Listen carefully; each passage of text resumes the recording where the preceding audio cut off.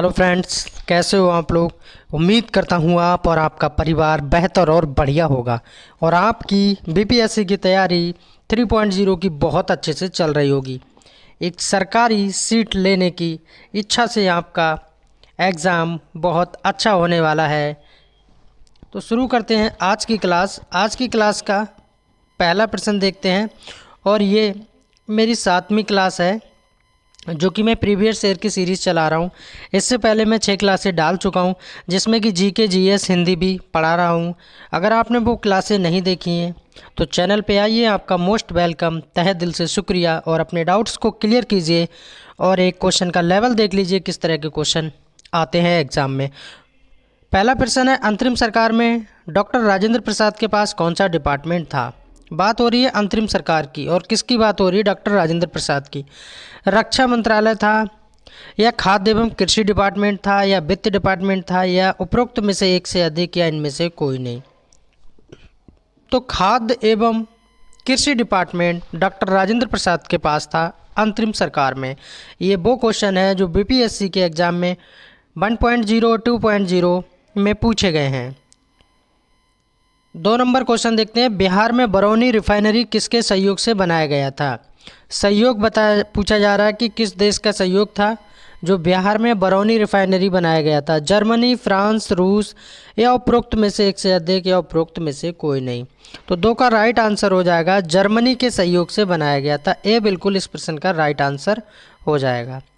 3 number question देखेंगे, बिहार के किस जिले को सिल्क सिटी के नाम से जाना जाता है। बिहार का ऐसा कौन सा जिला है जिसको सिल्क सिटी कहा जाता है, आपको बताना है। सिल्क सिटी मधुबनी, भागलपुर, भोजपुर, उपरोक्त में से एक से अधिक, या उपरोक्त में से कोई नहीं।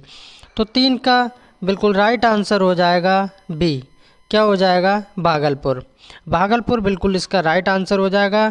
अगर वीडियो अच्छी लग रही है तो प्लीज़ सभी भाई बहन पूरी ईमानदारी के साथ वीडियो को लाइक करेंगे एंड चैनल को सब्सक्राइब करेंगे। ये निःशुल्क प्लेटफॉर्म है, आपका सिलेक्शन हो जाए हमारे लिए बस यही सबसे बड़ी बात है, यही कामना करते हैं। ऑल इंडिया किसान सभा के पहले अध्यक्ष कौन थे। ऑल इंडिया किसान सभा थी और उसके फर्स्ट स्पीकर पूछे जा रहे हैं, यानी पहले अध्यक्ष पूछे जा रहे हैं। महात्मा गांधी, पंडित जवाहरलाल नेहरू, दयानंद सरस्वती, उपरोक्त में से एक से अधिक, या इनमें से कोई नहीं। तो 4 का राइट आंसर हो जाएगा, दयानंद सरस्वती को बनाया गया था। कब बनाया गया था, 1936 यानी 1936 में बनाया गया था ऑल इंडिया किसान सभा के पहले अध्यक्ष। और साथ ही साथ आपको पता होगा भारत के पहले प्रधानमंत्री कौन थे, पंडित जवाहरलाल नेहरू थे। और महात्मा गांधी का जन्म कब हुआ था, 2 अक्टूबर 1869, पोरबंदर गुजरात में इनका जन्म हुआ था। 5 नंबर क्वेश्चन देखेंगे इसी सीरीज में। 5 नंबर क्वेश्चन में क्या पूछा गया, 1857 के नेता कुंवर सिंह किस स्थान से संबंधित थे। 1857 की क्रांति कहाँ से हुई, पहले तो ये पता होना चाहिए कहाँ से शुरुआत हुई थी। इसकी मेरठ से शुरुआत हुई थी, ये आपको पता होना चाहिए। और नेता कुंवर सिंह की बात हो रही है तो जगदीशपुर, मेरठ, ग्वालियर, या उपरोक्त में से एक से अधिक, या कोई नहीं। तो 5 का राइट आंसर हो जाएगा, जगदीशपुर को याद रखना है। जगदीशपुर से नेता कुंवर सिंह थे 1857 की क्रांति के। 6 नंबर क्वेश्चन देखेंगे, शुद्ध वर्तनी वाला शब्द ज्ञात कीजिए। यहाँ से हिंदी स्टार्ट हो गई है, हिंदी देखिए। शुद्ध वर्तनी करेक्ट सेंटेंस बताना है, धोबिन, धोवनी, धोवनी, या धोवीन। तो 6 का राइट आंसर क्या हो जाएगा, यहाँ देखिए बड़ी की मात्रा नहीं लगेगी, यहाँ तो बिल्कुल ही गलत है और ये भी गलत है। ये हो जाएगा धा और यहाँ मात्रा लगेगी और यहाँ हो जाएगा बा, ऐसे करके लिखा जाएगा। ये बिल्कुल ठीक है। तो कौन सा सही हो जाएगा, पहला वाला बिल्कुल ठीक हो जाएगा। 7 नंबर क्वेश्चन देखेंगे, किस शब्द की वर्तनी अशुद्ध है, यानी कि इनकरेक्ट है, यानी कि गलत है। गलत बताना है, 3 सही हैं और 1 गलत है। उस गलत को आपको बताना है, क्या गलत है। लंगड़ बिल्कुल ऐसे ही लिखा जाता है, सही है। भुजक्कड़ ऐसे ही लिखा जाता है, बिल्कुल ठीक है। कोंकण भी ऐसे ही लिखा जाता है, पर भुक्कड़ ऐसे नहीं लिखा जाता है, ये गलत है। तो इसका आंसर क्या हो जाएगा, डी हो जाएगा। 8 नंबर क्वेश्चन देखेंगे, निम्नलिखित में से एक शब्द की वर्तनी अशुद्ध है। यहाँ पर भी इनकरेक्ट बताना है, कौन सा इनकरेक्ट है। उज्ज्वल, उज्ज्वल देखिए क्या लिखा है, उज्ज्वल। कवयत्री, कवियत्री। मोक्ष, अशुद्ध बताना है। तो 8 में अशुद्ध क्या हो जाएगा? कवियत्री, क्योंकि यहाँ कवियत्री लिखा है और लिखा कैसे जाता है? कवियत्री कैसे लिखा जाता है? कवियत्री, कवियत्री, ये वाला शुद्ध हो जाएगा। जबकि यहाँ देखिए ये गलत लिखा है। मोक्ष ठीक है, ये ऐसे वाला गलत है। 9 नंबर क्वेश्चन देखेंगे। 9 नंबर, किस क्षेत्र की बोली को कशका कहा जाता है? ऐसी कौन सी बोली है जिसको क्या कहा जाता है? कशका कहा जाता है, कशका।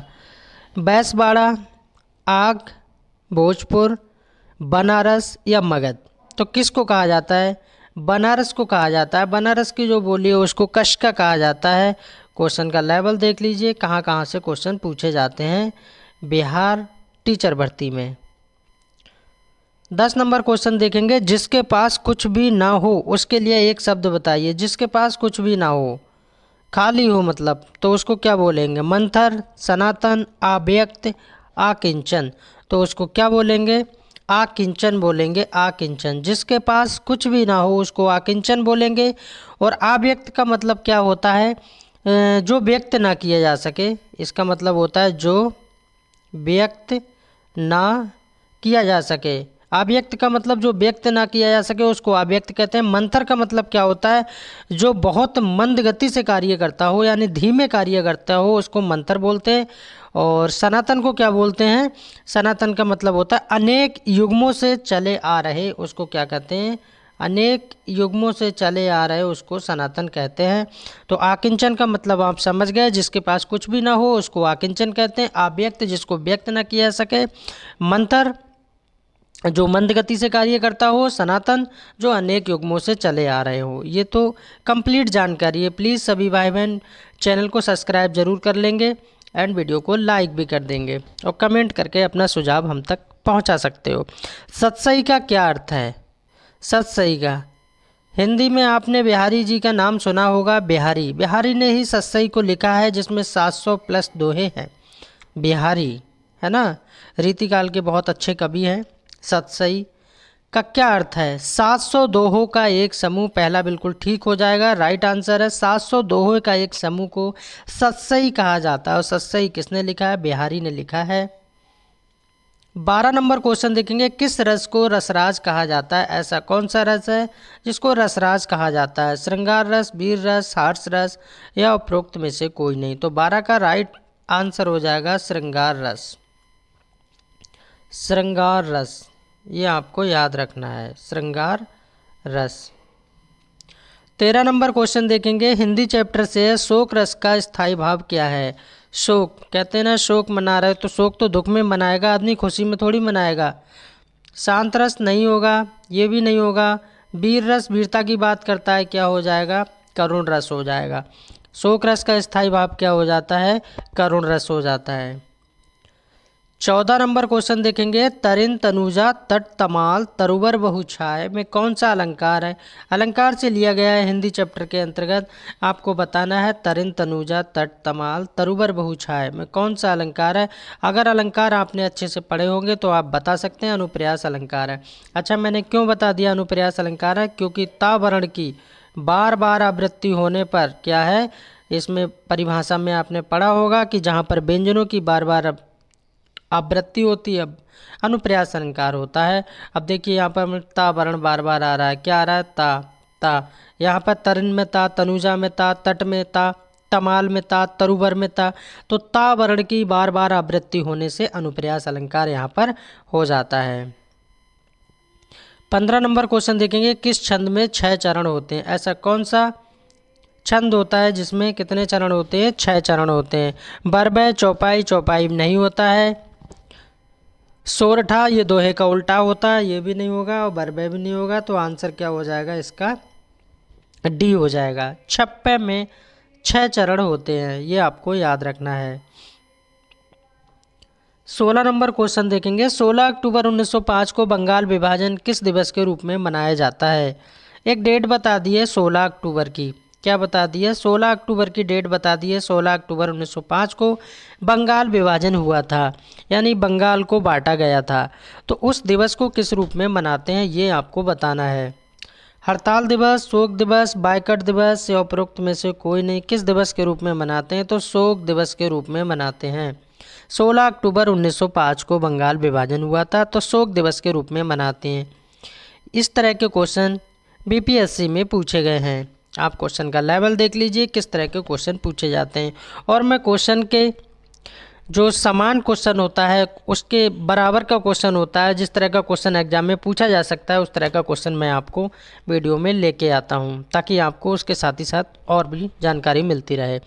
मुझे सुनहरे रेशे के रूप में जाना जाता है, एक लाइन दे दी गई है, एक 2 लाइनों में बोला गया है और वो अपनी विशेषता बताया जा रहा है। ये विशेषता आखिर किसको इंगित करती हैं वो आपको बताना है। मुझे सुनहरे रेशे के रूप में जाना जाता है।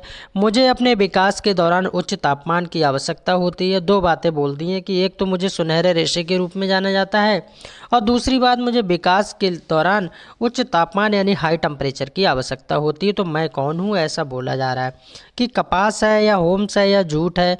तो जूट के बारे में आप लोगों ने अच्छे से पढ़ा होगा, तो जूट की ये विशेषताएं हैं वो यहाँ पर बताई जा रही हैं। तो 17 का सी आंसर बिल्कुल ठीक हो जाएगा। 18 नंबर क्वेश्चन देखेंगे, वर्तमान समय में नाबार्ड के अध्यक्ष कौन है? इस समय की बात हो रही है, वर्तमान समय में नाबार्ड के अध्यक्ष कौन है? श्री साजी केबी। ये बिल्कुल राइट हो जाएगा। नाबार्ड क्या है? नाबार्ड एक कृषि बैंक है जो कि ऋण उपलब्ध कराता है ना। नाबार्ड के बारे में थोड़ा सा पता होना चाहिए। नाबार्ड का मुख्यालय कहाँ है? अगर आपसे मुख्यालय पूछ लिया जाए तो आप क्या बताएंगे कि सर मुंबई है। क्या है? मुख्यालय मुंबई है। नाबार्ड NABAR और यहाँ क्या हो जाएगा डी, नाबार्ड। यानी अगर इसकी फुल फॉर्म भी आपसे कई बार एग्जाम में पूछा गया तो national bank for agriculture and rural development bank. Agriculture का मतलब क्या होता है? कृषि से, इसीलिए एग्रीकल्चर लगा दिया है। ठीक है। National bank for agriculture and rural development bank है, ये आपको याद रखना है। स्थापना की बात की जाए 1982 को याद रखना है। मुख्यालय इसका मुंबई हो गया, नाबार्ड हो गया और वर्तमान में इसके जो स्पीकर हैं यानी अध्यक्ष हैं श्री साजी के भी हैं। ये बातें आपको याद रखना पड़ेगी। पदभार इन्होंने कब ग्रहण किया है? वैसे तो पूछा नहीं जाएगा, याद रख सकते हो। 7 दिसंबर 2022 को इन्होंने शपथ ग्रहण की है। ये बातें आपको पता होना चाहिए। 19 नंबर क्वेश्चन देखेंगे, विश्व जल दिवस यानी वर्ल्ड वाटर डे कब मनाया जाता है? वर्ल्ड वाटर डे की बात हो रही है। World water day, world water day कब मनाया जाता है? 22 मार्च, 1 मई, 21 मार्च। यहाँ पर ये गलत हो गया है, यहाँ पर होगा मंथ का, यहाँ मार्च कर लीजिए। क्या होगा? मार्च होगा। 21 मार्च, 22 मार्च, 1 मई, 21 मार्च, 8 मार्च। तो विश्व जल दिवस कब मनाया जाता है? तो 22 मार्च को मनाया जाता है। ये बिल्कुल राइट आंसर हो जाएगा। अच्छा, मजदूर दिवस कब मनाया जाता है? 1 मई को श्रमिक दिवस यानी कि मजदूर दिवस यानी कि लेबर डे मनाया जाता है। और 21 मार्च को क्या होता है? 21 मार्च को यहाँ पर वानिकी दिवस मनाया जाता है। 8 मार्च को क्या मनाया जाता है? महिला दिवस यानी वुमेन डे मनाया जाता है। ये सारे दिवस हैं जो आपको बेसिक बातें हैं जो पता होना चाहिए। 20 नंबर क्वेश्चन देखेंगे, भारत में एक सींग वाला गेंडा सबसे ज़्यादा किस राज्य में पाया जाता है? ये क्वेश्चन देखिए पूछा गया था लास्ट टाइम। भारत में एक सींग वाला गेंडा किस राज्य में सबसे ज़्यादा पाया जाता है?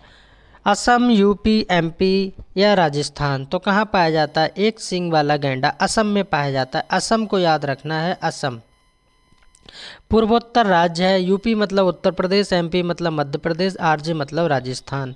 ये बेसिक बातें हैं जो आपको पता होना चाहिए। ये क्वेश्चन पूछे गए हैं, ना इन्हें हार्ड बोल सकते हैं ना इजी बोल सकते हैं, मीडियम में रख सकते हैं।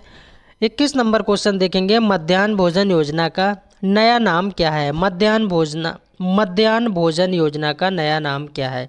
ये कैसा नेम है? ये ओल्ड नेम है। अब नया नाम क्या हो गया, न्यू नेम क्या हो गया, वो आपको बताना है। पीएम मध्यम पोषण योजना, नेशनल पोषण योजना, पीएम पोषण योजना या उपरोक्त में से कोई नहीं? तो बिल्कुल राइट आंसर इसका हो जाएगा पीएम पोषण योजना। इसका नाम हो गया है बदल के मध्याह्न भोजन योजना का। 22 नंबर क्वेश्चन देखेंगे, 22 नंबर, कलंदर किस बादशाह को कहा जाता है? यहाँ से हिस्ट्री के क्वेश्चन चालू होते हैं। किसके? हिस्ट्री के क्वेश्चन चालू हो रहे हैं। कलंदर किस बादशाह को कहा जाता है? ये क्वेश्चन पीसीएस, आईएएस और एसएससी और बैंक और टीजीटी पीजीटी में पूछा गया है और बिहार में भी पूछा गया है। कलंदर किस बादशाह को कहा जाता है? तो किसको कहा जाता है? बाबर को कहा जाता है, बाबर को। 23 नंबर क्वेश्चन देखेंगे, जिंदा पीर के नाम से किस मुगल बादशाह को जाना जाता है? ये भी रिपीटेड क्वेश्चन है। जिंदा पीर किसको कहा जाता है? औरंगजेब को कहा जाता है जिंदा पीर। एक नाटक है आन का मान। कौन सा नाटक है? आन का मान। आन का मान नाटक है, आन का मान। आन का मान एक नाटक है जो हरिकृष्ण प्रेमी द्वारा रचित है, उन्होंने लिखा है। उसमें सफियतनुसा, अजीत सिंह और औरंगजेब, सफियतनुसा मेहरुनिसा से कहती है तो उस समय के सेंटेंस में बोला जाता है, तू चौकी क्यों मैं समझी कि जिंदा पीर आ गए। और ऐसा वक्तव्य दुर्गादास भी मेन पात्र की भूमिका में यहाँ नज़र आते हैं। तो ये बातें वहाँ पर जिंदा पीर की बताई गई हैं। तो जिंदा पीर के नाम से औरंगजेब को ही जाना जाता है। 24 नंबर क्वेश्चन देखेंगे, किस युद्ध में बाबर ने इब्राहिम लोदी को हराकर मुगल वंश की स्थापना की नींव डाली थी? ये आपको बताना है कौन सा युद्ध हुआ था। तो पानीपत का युद्ध हुआ था, लेकिन कौन सा हुआ था? 1526 का युद्ध हुआ था। यहाँ पहला युद्ध हुआ था, यहाँ दूसरा युद्ध हुआ था और यहाँ पर तीसरा युद्ध हुआ था और यहाँ पर हल्दी घाटी का युद्ध हुआ है। 1576 में हल्दी घाटी का युद्ध हुआ है, 1526 में पहला पानीपत का, 1556 में दूसरा और पानीपत का तीसरा युद्ध 1761 में हुआ है। और 1526 का जो युद्ध हुआ है जो बाबर और इब्राहिम लोदी के बीच हुआ है, जिसमें कि इब्राहिम लोदी की हार हो गई थी और बाबर की जीत हो गई थी, तभी से मुग़ल काल की एंट्री हो गई थी। नेक्स्ट क्वेश्चन देखेंगे 25 नंबर। इसमें क्या है, निम्नलिखित में से किसको धरती का अब्बा बाबा के नाम से जाना जाता है? वह छोटा नागपुर पठार के प्रमुख नेता के रूप में जानते हैं। ऐसा बताया गया है कि छोटा नागपुर पठार के प्रमुख नेता के रूप में भी जाना जाता है, उन्हें धरती का अब्बा भी कहा जाता है और बाबा के नाम से भी प्रेरणादायक के रूप में जाना जाता है। तो महेंद्र सिंह, रूपवती, ठाकुर रोशन सिंह, बिरसा मुंडा। बिरसा मुंडा को आपको याद रखना है, ये बिल्कुल राइट आंसर हो जाएगा। 26 नंबर क्वेश्चन देखेंगे, करंट अफेयर्स के क्वेश्चन यहाँ से चालू हो गए हैं, देख लेते हैं। अर्जुन पुरस्कार में कितनी धनराशि दी जाती है? अर्जुन पुरस्कार में 10 लाख, 12 लाख, 15 लाख, 20 लाख। अर्जुन पुरस्कार में कितनी धनराशि दी जाती है ये आपको बताना है। अर्जुन पुरस्कार में तो कितनी धनराशि दी जाती है? 15 लाख रुपए दिए जाते हैं अर्जुन पुरस्कार में, ये आपको याद रखना है। 27 नंबर क्वेश्चन देखेंगे, अर्जुन पुरस्कार की स्थापना कब हुई थी? अर्जुन पुरस्कार की स्थापना कब हुई थी ये आपको बताना है। तो 1961 यानी कि 1961 में अर्जुन पुरस्कार की स्थापना हुई थी। 28 नंबर क्वेश्चन देखेंगे, राजीव गांधी खेल रत्न पुरस्कार का नाम बदलकर मेजर ध्यानचंद खेल रत्न पुरस्कार कब कर दिया गया था? पहले क्या नाम था, ओल्ड नेम क्या था और न्यू नेम क्या हो गया? ओल्ड नेम राजीव गांधी खेल रत्न पुरस्कार था और अब नाम बदल के क्या कर दिया है, मेजर ध्यानचंद खेल रत्न पुरस्कार नाम कर दिया है। लेकिन कब कर दिया है ये आपको बताना है। तो 2021 में इसका नाम बदल दिया गया है। राजीव गांधी खेल रत्न पुरस्कार को 2021 में मेजर ध्यानचंद खेल रत्न पुरस्कार कर दिया गया है। और इस वीडियो का सेकंड लास्ट क्वेश्चन देखेंगे 29। मैं 30 क्वेश्चन यहाँ पर वीडियो में प्रीवियस ईयर के लेके आता हूँ और कुछ क्वेश्चन अपने पास से भी कराता हूँ जो एग्ज़ाम में आ सकते हैं। वीडियो अगर अच्छी लग रही हो तो पूरी ईमानदारी के साथ आप लोग लाइक ज़रूर कर दीजिएगा एंड चैनल को सब्सक्राइब कर लीजिए। सबसे पहले मेजर ध्यानचंद पुरस्कार किसे दिया गया था? सबसे पहले फर्स्ट टाइम की बात हो रही है कि मेजर ध्यानचंद पुरस्कार सबसे पहले किसे दिया गया था ये आपको बताना है। विश्वनाथ आनंद। किसको दिया गया था? विश्वनाथ आनंद को। ये इनको शतरंज का बादशाह कहा जाता है, शतरंज खेलते हैं विश्वनाथ आनंद। लास्ट क्वेश्चन देखेंगे इस वीडियो का, मोहम्मद शमी का संबंध किस खेल से है जिन्हें 2023 में अर्जुन पुरस्कार दिया गया है? दो बातें बोल दी हैं, एक तो 2023 में इनको अर्जुन पुरस्कार दिया गया है और मोहम्मद शमी का संबंध किससे है? सभी को लगभग 99% लोगों को इसका आंसर पता ही होगा, क्रिकेट, क्योंकि मोहम्मद शमी क्या खेलते हैं? क्रिकेट खेलते हैं। वीडियो कैसी लगी कमेंट के माध्यम से ज़रूर बताना। मिलते हैं नेक्स्ट क्लास में। Thanks for watching. Please subscribe my channel.